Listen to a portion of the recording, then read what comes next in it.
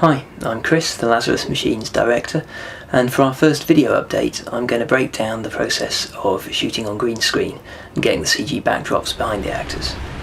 Wait, Miss Winter, please! How do you know my name? I asked around. What do you want? I have a proposition. Like belly? It begins with a really bad pre-visualization mock-up which I've created, showing the general layout of the scene and what it ought to look like, and a rough idea of what the camera angles are going to be.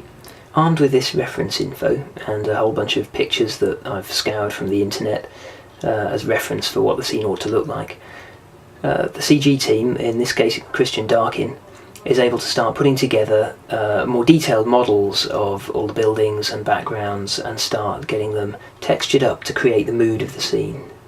Once we have that virtual set, we have an idea what we ought to do with the lighting in the green screen studio. Wait, Miss Winter, please! Now, this was my first green screen shoot, and there's a lot of weird things about shooting on green screen. Because we only have one green wall, when you go for a reverse angle, instead of moving the camera to the other side of the actors, the camera stays where it is, and you have to swap the actors around and move the lights. And this means that almost every shot looks more or less the same. In fact, it makes it very hard to keep track of which shots you're working on. And of course, it's extremely difficult for the actors as well. On this shoot, I tried to keep the camera still as much as possible to keep things simple for the compositing. But we did want to do one test shot that was moving. So for that shot we needed to have tracking markers all over the green screen to help Christian see where the camera was moving. The computer can analyse those markers and determine the position of the camera in space. We've got a lot more tracking markers than we actually needed on this particular shot.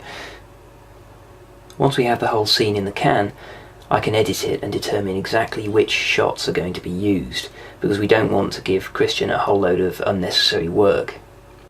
Then it's up to Christian to key out the green screen by subtracting all the colours that are close to that vivid green, mask out the surrounding area as well, and then place the actors into the scene, put fake shadows in, a whole load of work that I don't have to worry about because Christian does it all, and he does it well. And it's this technique that allows us to shoot anywhere we want to, anytime we want to. Whatever we can build in the computer, we can shoot there. And that allows us to take the story in a lot of interesting places.